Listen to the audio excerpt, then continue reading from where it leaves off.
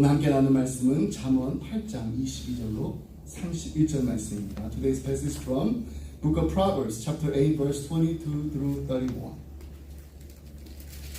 잠언 8장 22절로 31절 말씀, 우리 함께 말씀 교독하겠습니다.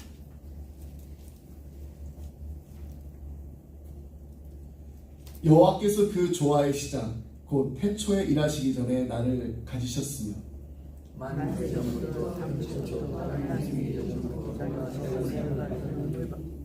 아직 바다가 생기지 아니하였고 큰 샘들이 있기 전에 내가 이미 났으며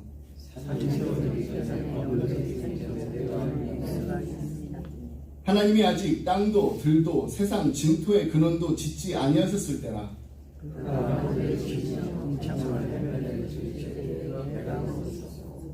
그가 위로 구름 하늘을 견고하게 하시며 바다의 샘들을 힘있게 하시며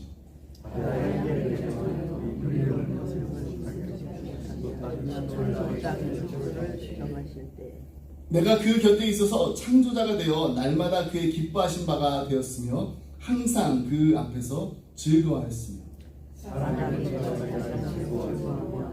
인자들을 기뻐하였느니라. 아멘.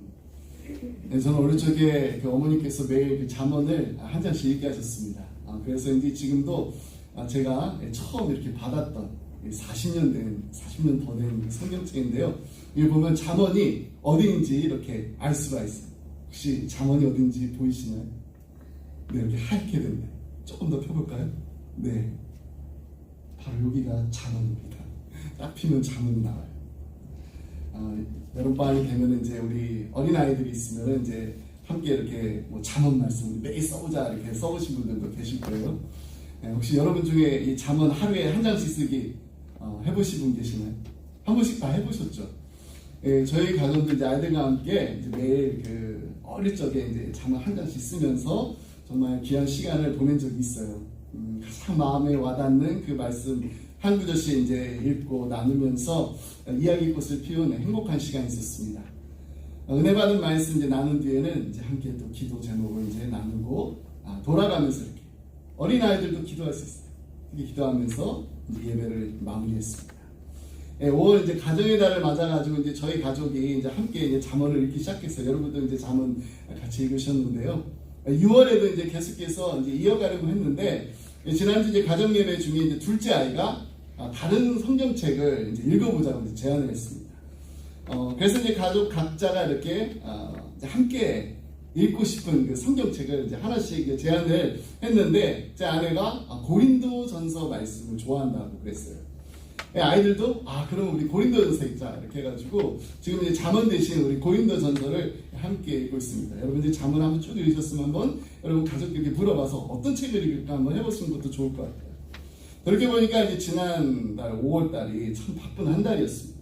막내 아이가 이제 AP 시험을 7개나 봤어요. 그리고 파이널 exam이라 너무 바빴습니다. 그리고 또 첫째 딸은 또 대학교 졸업식 때문에 또 바빴습니다. 잠언을 사실 이렇게 매일 읽으려 했지만은 그냥 스케줄이 일정이 너무 바빠가지고 제대로 이렇게 실천하지 못했어요. 그래가지고 제가 그럼 우리 6월달에 다시 한번 열심히 읽자 이렇게 제안을 했는데 저희 이제 둘째가 자기는 한 번도 빠지지 않고 혼자서 계속 읽었다고 합니다. 제가 그 이야기를 듣고 참 큰 도전을 받았어요. 이세철 목사님이 쓰신 그 책 중에 그 아이에게 배우는 아빠라는 그 책이 있거든요. 그 책 제목처럼 그때 제가 정말 저희 아이들에게 더 많이 배우는 아빠가 될 수 있어가지고 정말 행복하고 감사했습니다. 여러분 저에게는 이런 간절한 소망이 있어요. 우리 사랑하는 자녀들이 그리고 우리 사랑하는 우리 자손들이 하나님 말씀 안에서 말씀과 함께 말씀이 이끄시는 대로 순종하며 사는 복된 인생을 누리는 것입니다. 말씀 읽으면서 정말 말씀 묵상하면서 하나님 음성 듣게 되고 하나님의 뜻을 발견하게 되는 그 기쁨을 정말 세상이 주지 못하는 그런 놀라운 기쁨을 누리는 우리 모두의 가정이 되기를 주님의 이름으로 축복합니다. 아멘. 오늘 이제 잠언 강의의 마지막 시간입니다. 잠언은 지혜의 보고입니다. 창조주 하나님이 이 세상을 창조하실 때 마련하신 그 질서가 있어요. 그 질서와 조화를 아는 것이 바로 지혜입니다. 그리고 그 지혜가 담긴 것이 말씀이기 때문에 그 말씀과 교훈과 훈계를 따라서 사는 것이 생명의 길이라고 잠언은 우리에게 말해주고 있습니다. 그래서 잠언을 이렇게 한자로 보면은 잠은 이렇게 자는 게 아니라 바늘장입니다. 찌를장입니다. 언은요 말씀 언입니다. 그러니까 바늘처럼 이렇게 찌르는 말, 즉 우리의 마음을 찔러서 잠에서 번쩍 깨어나게 하는 말씀이 바로 잠언인 것입니다. 영어로 그래서 이제 proverb라고 하는데요. 이 pro는 앞을 얘기합니다. 그 verb는 우리가 아는 것처럼 말하다라는 뜻입니다. 그러니까 앞에서 말하는 거예요. 미리 말해주는 것입니다. 그러니까 누군가에게 proverb 한다는 것은요, 그 사람에게 미리 말해주는 거예요. 이럴 때는 이렇게 해야 한단다. 이렇게 미리 말해주는 것입니다. 그러므로 잠언은 우리 인생의 나침판이 되는 말씀입니다. 그래서 잠언 1장부터 9장을 보게 되면요, 내 아들아 들으라 이렇게 말을 시작해요. 내 아들아 들으라. 아버지가 자녀에게, 스승이 제자에게 지혜를 가르쳐 주라는 것입니다. 이제 잠언 1장 7절부터 9절 말씀 우리 함께 볼 거예요. 여호와를 경외하는 것이 지식의 근본이다. 미련한 자는 지혜와 훈계를 멸시하느니라. 내 아들아 내 아비의 훈계를 들으며 내 어미의 법을 떠나지 말라. 이는 내 머리에 아름다운 관이요 내 목에 금사슬이니라. 명령에는 아주 중요한 두 가지 핵심 포인트가 함축되어 있습니다. 첫 번째는 자녀가 부모의 가르침을 지켜야 하는 것은 선택이 아니라는 거예요. 이것은 분명한 의무라는 것입니다. 이 명령은 내 부모를 공경하라는 계명과도 직접 연결이 됩니다. 그러므로 아버지의 훈계와 어머니의 법을 잘 듣고 반드시 그대로 실천해야 합니다. 둘째는 그렇기 때문에 부모의 훈계와 명령은 어디서부터요? 여호와를 경외하는 것을 근본으로 삼아야 한다는 것입니다. 부모의 말이 여호와를 경외하면서 나오지 않는다면 그것은 참된 지혜로운 가르침이 될 수가 없습니다. 우리가 자녀에게 훈계나 하는 그 명령이 여호와를 경외하는 것으로 근간하지 않는다면 그것은 하나님 보시기에 어리석은 것입니다. 자녀는 뭘 본다고 무엇을 보고 배운다고 했나요? 우리 부모의 등을 보고 배웁니다. 그러니까 그냥 말로만 앞에서 가르치는 것이 아니라 우리의 등 뒤에서 따라하는 우리 자녀들, 그 자녀들에게 삶으로 보여줘야 된다는 것입니다. 그래서 우리는 그냥 잠언을 읽어주는 부모에 그쳐서는 안 됩니다. 잠언대로 살아가는 지혜로운 부모가 되어야 됩니다. 그러기 위해서 우리가 가장 먼저 중요한 것, 여호와를 경외하는 부모가 됩니다. 여호와를 경외하는 것이 지식의 근본이며 지혜의 시작이라고 분명히 말씀하셨습니다. 그 다음 여호와를 경외한다는 것은 무엇을 뜻하나요? 한마디로 범사에 하나님을 인정하고 사랑하고 존경하며 순종하는 자세를 말합니다. 하나님 앞에서 우리의 한계를 인정하고 오직 하나님만 높이며 예배하는 것입니다. 여러분, 우리 자녀들이 너무나 잘 알고 있어요.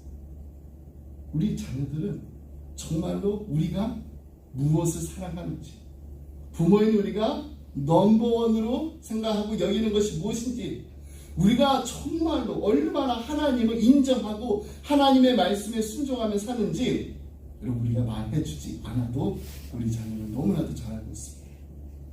그렇기 때문에 우리는 우리 자녀들에게 그냥 입으로만 들려주는 신앙 교육이 아니라 삶으로 보여주는 신앙 훈련을 해야 됩니다. 신앙생활을 어떻게 해야 하는지, 하나님을 정말 얼마만큼 사랑해야 하는지, 주님의 몸된 교회는 또 어떻게 충성스럽게 섬겨야 하는지 우리의 삶으로 보여줘야 돼요. 사도 바울처럼 당당하게 나를 본받으라 이렇게 말할 수 있는 부모들이 다 되시기 바랍니다. 나를 본받으라 이렇게 말할 수 있는 조부모님들이 다 되시기 바랍니다. 부모님 하니까 아멘 소리 잘해서 조부모님들이 다 되시기 바랍니다. 아멘. 신앙생활 어떻게 해야 되는지 아니? 엄마처럼만 해. 이렇게 말할 수 있으면 얼마나 행복할까. 그리고 내 아빠처럼 정말 하나님만 바라보고 하나님만 사랑했으면 좋겠단다. 할아버지, 할머니처럼만 믿으면은 정말 하나님이 기뻐하실 거야. 이렇게 말해줄 수 있는, 보여줄 수 있는 우리 모두가 되기를 주님의 이름으로 축복합니다.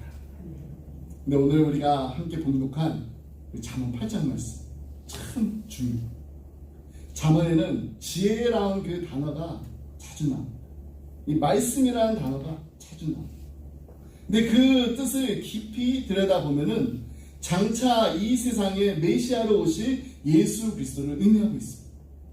따라서 이 지혜, 이 말씀은 잠언이 보여주는 기독론의 핵심입니다. 오늘 본문에도 보면은 나라는 1인칭 대명사가 여러 번 쓰이고 있어요. 그것은 지혜 그리고 말씀을 지칭하는 것입니다. 예수 그리스도를 뜻하는 겁니다. 잠언 8장은 예수님께서 이미 창세 이전부터 하나님과 함께 계신 분임을 분명히 선포하고 있습니다. 우리 22절 말씀을 함께 보겠습니다. 여호와께서 그 조화의 시작 곧 태초에 일하시기 전에 나를 가지셨으며, 예수님께서 조화의 시작 곧 태초 이전부터 계셨던 분이라는 겁니다. 이것을 우리 신학적 용어로 예수님의 선제성, pre-existence of Christ라고 합니다. 예수님 미리 계신 거예요. 이미 계셨습니다. 사도 요한은요, 예수님의 선제성에 대해서 이렇게 분명히 선포하고 있습니다. 요한복음 1장 1절 말씀. 태초에 말씀이 계십니다. 이 말씀이 하나님과 함께 계셨으니 이 말씀은 곧 하나님이십니다. 예수님은 이 세상의 구원의 주님, 메시아로 오시기 전에 이미 성부 하나님과 함께 계셨던 분입니다. 바다와 산이 있기 전에 땅과 하늘이 생기기 전부터 계셨던 분이 바로 예수님이십니다. 이에 대해서 잠언은 이렇게 선포하고 있습니다. 23절로 30절.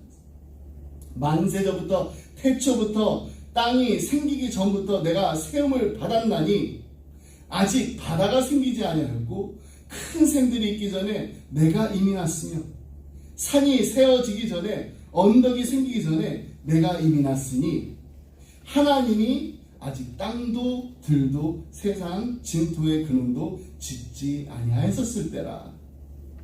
말씀이신 예수님께서는 천지를 창조하실 때 성부 하나님과 함께 창조 사역을 감당하셨습니다. 잠언은 이 점에 있어서도 매우 분명합니다. 27절에 보면은 그가 하늘을 지으시며 궁창을 해면에 두르실 때 내가 거기 있었다라고 말하고 있습니다. 그러나 단순히 말씀이 거기 계셨던 것이 아니고 내가 그 곁에 있어서 창조자가 되어 날마다 그의 기뻐하신 바가 되었으며 항상 그 앞에서 즐거워했다라고 했습니다. 사도 요한도요, 예수님의 창조 사역에 대해서 이렇게 선포하고 있습니다. 요한복음 1장 1절 말씀인데요, 이제 2절 3절 말씀입니다. 그가 태초에 하나님과 함께 계셨고 만물이 그로 말미암아 지은 바 되었으니 지은 것이 하나도 그가 없이는 된 것이 없느니라. 하나님의 말씀은 창조의 능력을 가지고 있습니다. 하나님의 말씀은 땅과 하늘과 바다와 산을 지으셨으며 그 가운데 창조의 절정이 누구를요? 우리 인간을 지으신 것입니다. 예수님께서는 이 모든 것을 창조하시고 성부 하나님과 함께 하셨습니다. 특히 사람을 지으시고 또한 그 사람이 거처할 땅을 바라보며 기뻐하셨습니다. 근데 이 말씀이 육신이 되어서 우리 가운데 오셨다는 임마누엘, God with us.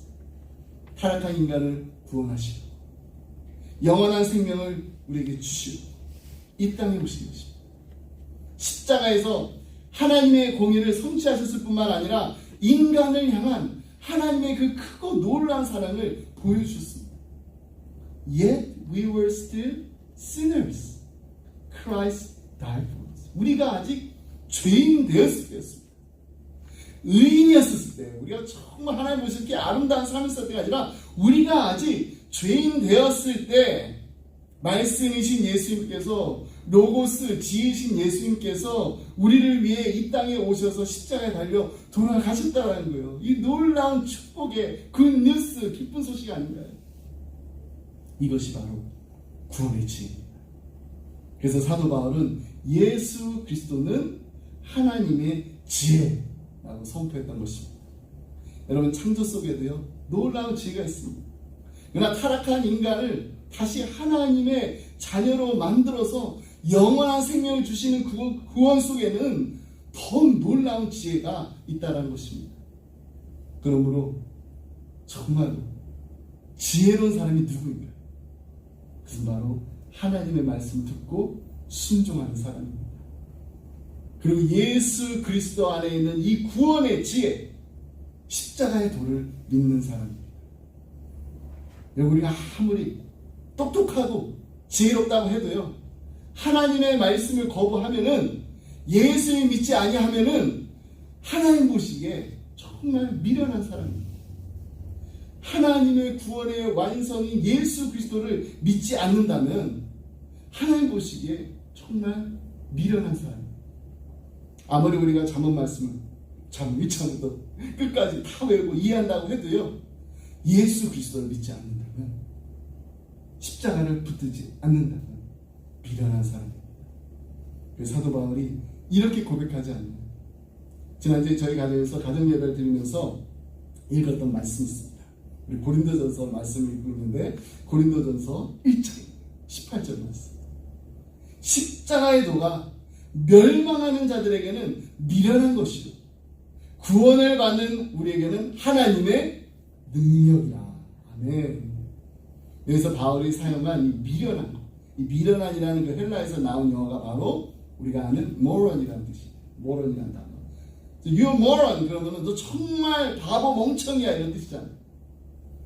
그러므로 십자가의 도가 멸망하는 자들에게는 정말 미련하다라는 그 말은 예수 그리스도께서 누추한 인간의 몸을 입고 이 땅에 오신 그 성육식 사건과 우리의 죄를 대속하기 위해서 십자가에 달리신 그 사건이 인간의 이성으로 보기에는 정말 도무지 이해할 수 없는 바보 멍충이 같은 소리라는, 그렇게 보인다는 것입니다. 그런데 구원을 받은 우리에게는 그 십자가의 도가 미련한 것이 아니라 바로 하나님의 능력이라고 합니다. 어찌 보면 가장 수치스럽고 정말 치욕스러운 방법이 어떻게 하나님의 지혜인지 우리 쉽게 납득이 가지 않을 수가 있어요. 하지만 그 외에는 다른 방법이 없었습니다. 하나님께서는 영적으로 완전히 파산된 우리 인간을 살리시기 위해서 그분의 하나밖에 없는 아들을 이 땅에 보내셔서 가장 세상 사람들 봤을 때 멍충이 같은 그런 십자가에 달려 돌아가게 하시는 그 방법밖에는 다른 길이 없었다는 거예요. 그렇습니다. 우리는 십자가에서 우리의 모든 죄를 감당하신 예수 그리스도를 믿는 그 믿음으로 구원을 받았습니다. 할렐루야. 근데 사실 이 믿음을 누가 주신 건가요? 그 믿음도 하나님께서 주신 것입니다. 그래서 그 누구도 자랑하지 못하게 만드신 것, 이 또한 바로 하나님의 지혜라는 거예요. 에베소 2장 8절로 9절 말씀을 함께 보겠습니다. 너희는 그 은혜에 의하여 믿음을 말미암아 구원을 받았으니 이것은 너희에게 난 것이 아니요 하나님의 선물이라. 믿음이 하나님의 선물입니다. 행위에서 난 것이 아니니 이는 누구든지 자랑하지 못하게 함이라. 근데 문제가 있습니다. 그 문제는 바로 우리가 늘 이 사실을 알고 있으면서도 잊고 산다는 거예요. 그래서 하나님께 거저받은 이 은혜와 은사를 마치 내 것이냐 생각하면서 막 자랑도 하고 비교도 하고 경쟁도 하는 것입니다. 그러므로 우리의 신앙을 점검해 볼 수 있는 기준은 바로 이것입니다. 나는 지금 무엇을 자랑하고 있는가? 이것을 한번 우리 살펴봐야 돼요.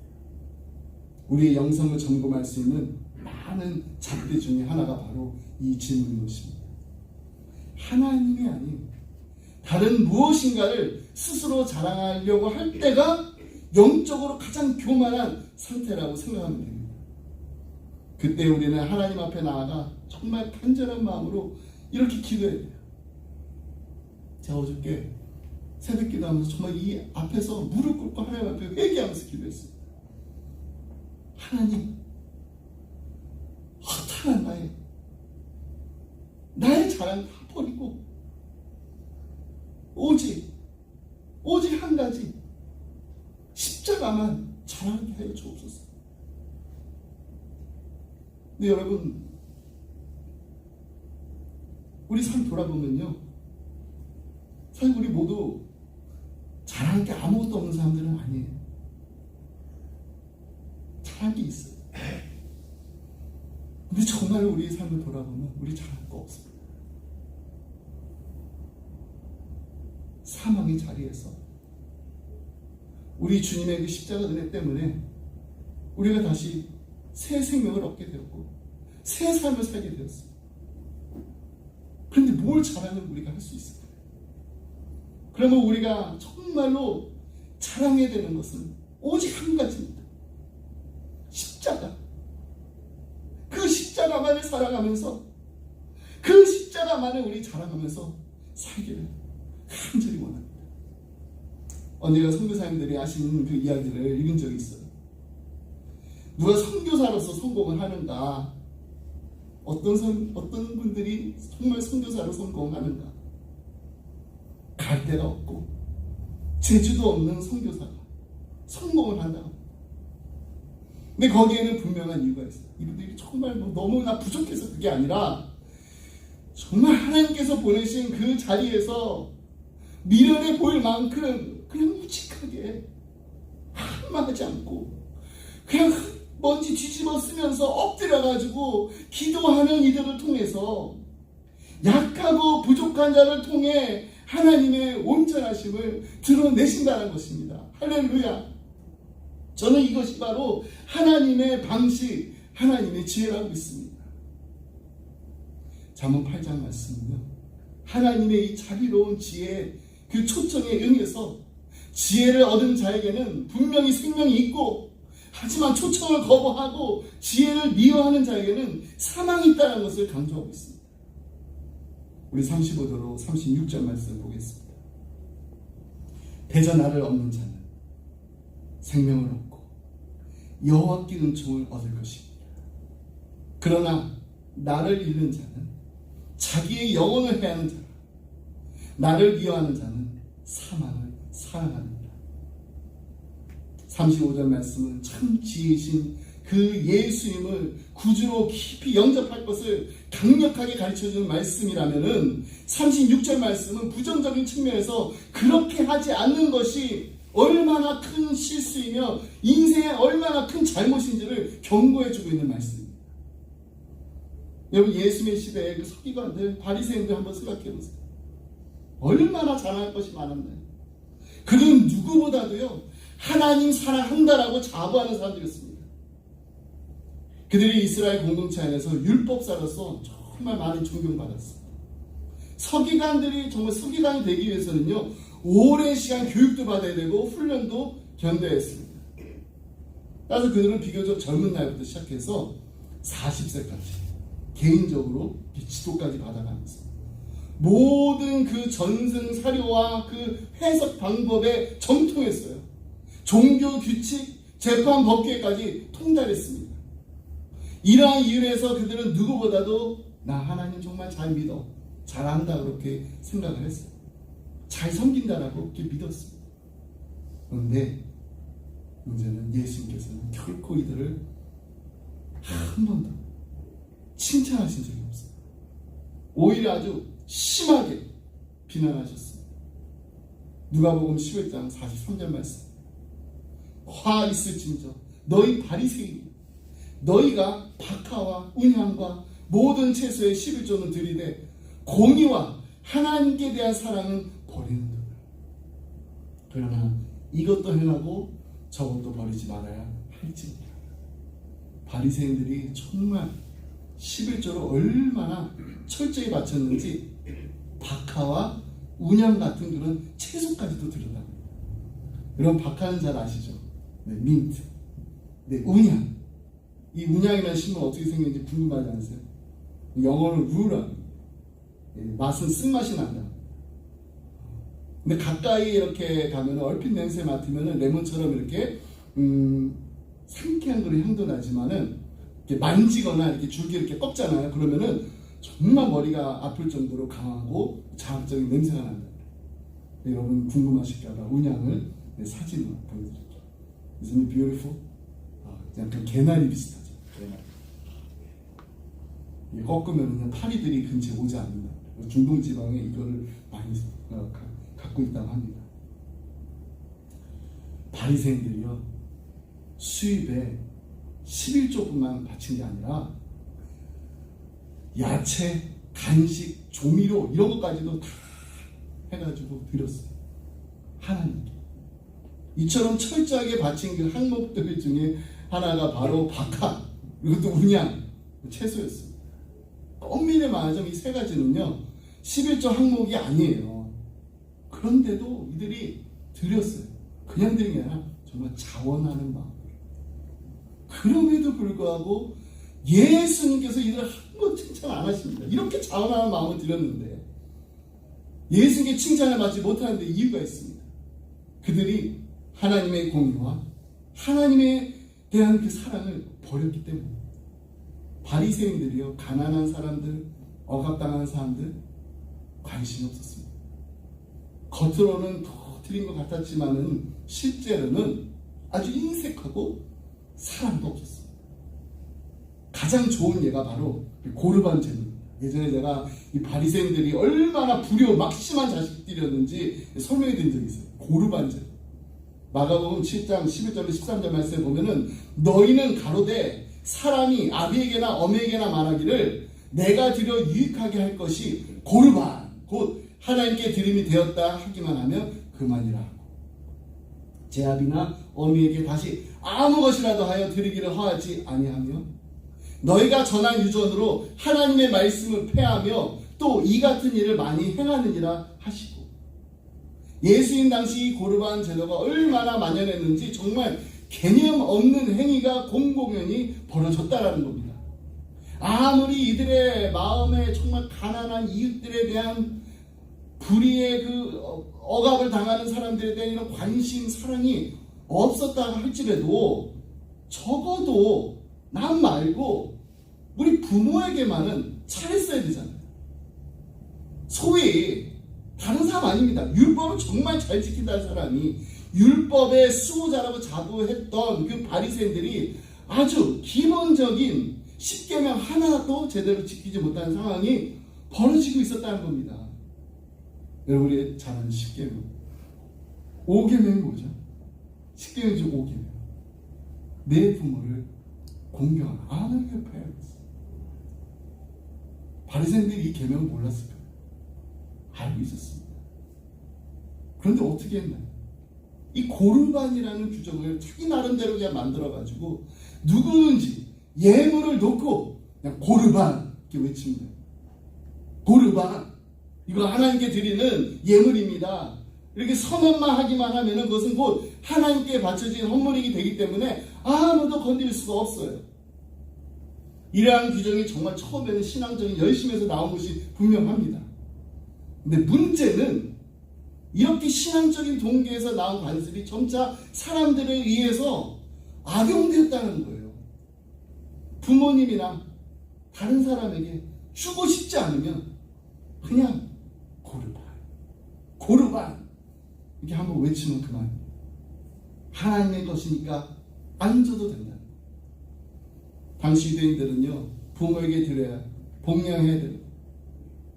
일단 고르반 이렇게 선언함으로써 부모님께 마땅히 드려야 할 것을 드리지 않았습니다. 그렇다고 그걸 정말 하나님께 드렸나요? 하나님께도 드리지 않았어요. 그냥 내 마음대로 처분해가지고 유용하는 그런 악행을 저질렀다는 겁니다. 이들의 마음에 왜 하나님의 공의와 하나님의 사랑이 없었는지 아시겠죠? 나밖에 모르기 때문에 나밖에. 이웃은커녕 내 부모조차도 외면할 정도로 이들의 마음에는 나밖에 모르는 탐심으로 가득 차 있었다는 것입니다. 이것이 바로 예수님께서 이들을 아주 철저하게 비난하신 이유입니다.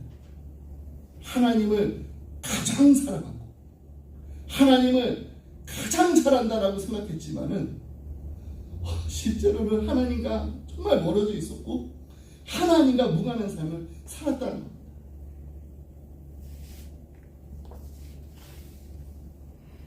하지만 참 지혜 되시는 예수 그리스도를 믿는 우리는 달라야 되잖아요. 하나님의 지혜를 얻는 자는 생명을 얻습니다. 잠언 8장 35절 말씀을 함께 보겠습니다. 대저 나를 얻는 자는 생명을 얻고 여호와께 은총을 얻을 것입니다. 여기서 생명을 하나님께 주시는 정말 아름답고 능력 있고 풍성한 삶을 말합니다. 요한복음 10장 10장에서도요 10절에서도 예수님은 생명을 더 풍성히 얻게 하려고 오셨다라고 말씀하셨습니다. 예전에는 죄인의 신분이었지만 이제는 예수 그리스도로 말미암아 의인의 신분이 되었습니다. 그러면 이제 우리의 말과 우리의 행동과 우리의 생각과 우리의 의지를 통해 하나님께 기쁨 드리고 하나님을 영화롭게 살아야 합니다. 이 얼마나 놀라운 축복인가요? 이 복된 삶을 우리만 누릴 것이 아니라 아직 주님을 모르는 우리의 가족, 우리의 친구, 우리의 이웃들에게 전해야 될 줄 믿습니다. 예수 그리스도의 산 증인으로 살아가는 우리 기쁨의 가정들이, 우리 기쁨의 교회 성도님들이 다 되시기를 주님의 이름으로 축복합니다. 아멘. 말씀 있습니다. 페이스북에 올라온 아주 짧은 간증이에요. 15년 전에 주님이 제 안에 들어오셔서 제가 변화되기 시작했을 때 예수님께서 하신 말씀이, 어머님께서 하신 말씀이 기억납니다. 주님이 분명 살아 계시구나. 너 같은 사람이 변화되다니. 근데 이 자매님이 어머님의 그 말씀을 듣고 이렇게 대답했다고 합니다. 부끄럽지만 아멘입니다.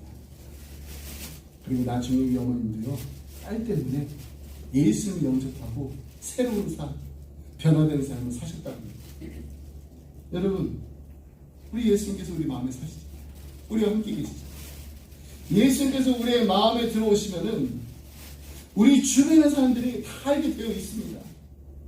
우리의 삶의 참 기쁨과 감사와 사랑이 넘칠 뿐만 아니라 정말 하나님을 경외하고 하나님만 사랑하며 하나님만 의지하는 행복한 인생, 지혜로운 인생을 우리가 살기 때문에 사람들이 알 수밖에 없어요.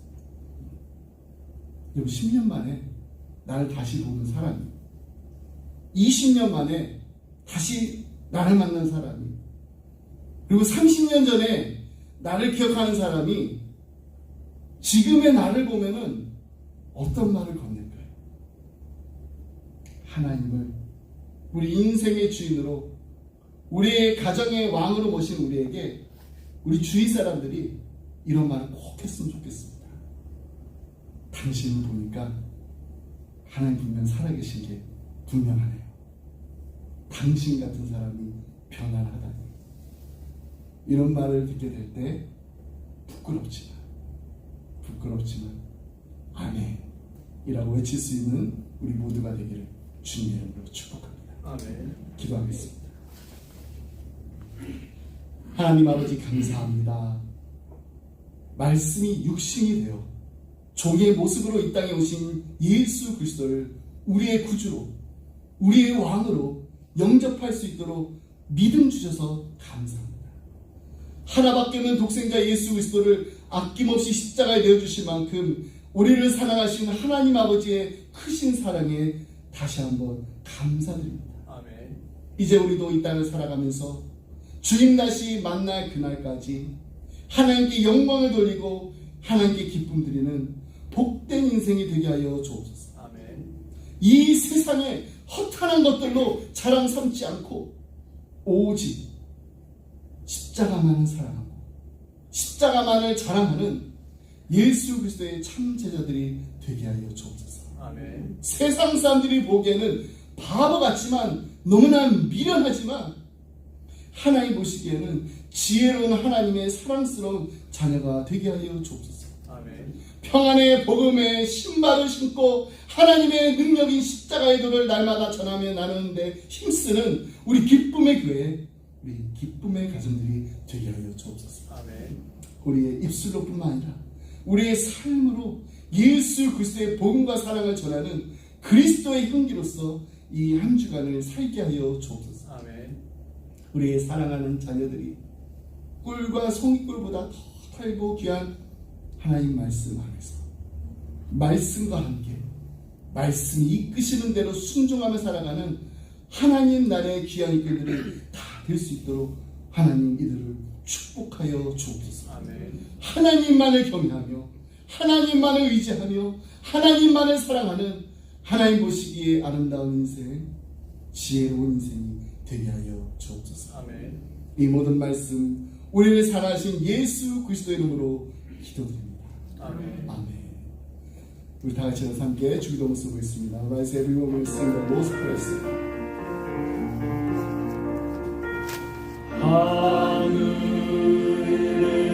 하늘에 계신 아버지 이름 거룩하사 주님 나라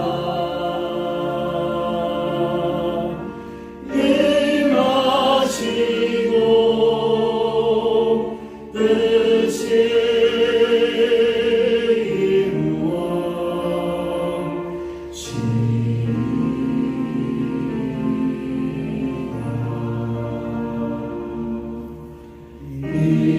일용할 양식 주시고 우리들의 큰 죄 다 용서하옵시고 또 시험에 들이하시고 악에서 구원하소서.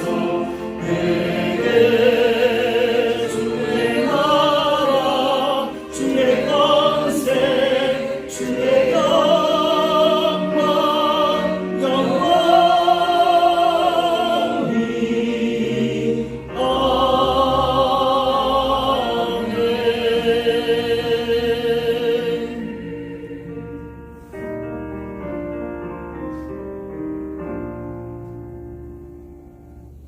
이제는 우리 주 예수 그리스도의 은혜와 아버지 하나님의 그 크신 사랑과 성령님의 감동함과 교통하신 하나님, 사랑하는 우리의 자녀들이 날마다 주님의 마음을 본받아 겸손하고 온유한 제자들이 되게 하여 주옵소서. 아멘. 우리의 가정이 예수님과 동행하는 기쁨이 날마다 넘치게 하시고 아멘. 십자가 든든히 붙잡고 날마다 승리하게 하여 주옵소서. 아멘. 간절한 마음으로 기도하며 주님만 바라보며 주님만 의지하는 사랑하는 성도들과 가정과 생업, 그 주님의 몸된 교회 위에 지금부터 영원토록 함께 하시길 간절히 축원하옵나이다. 아멘. 아멘.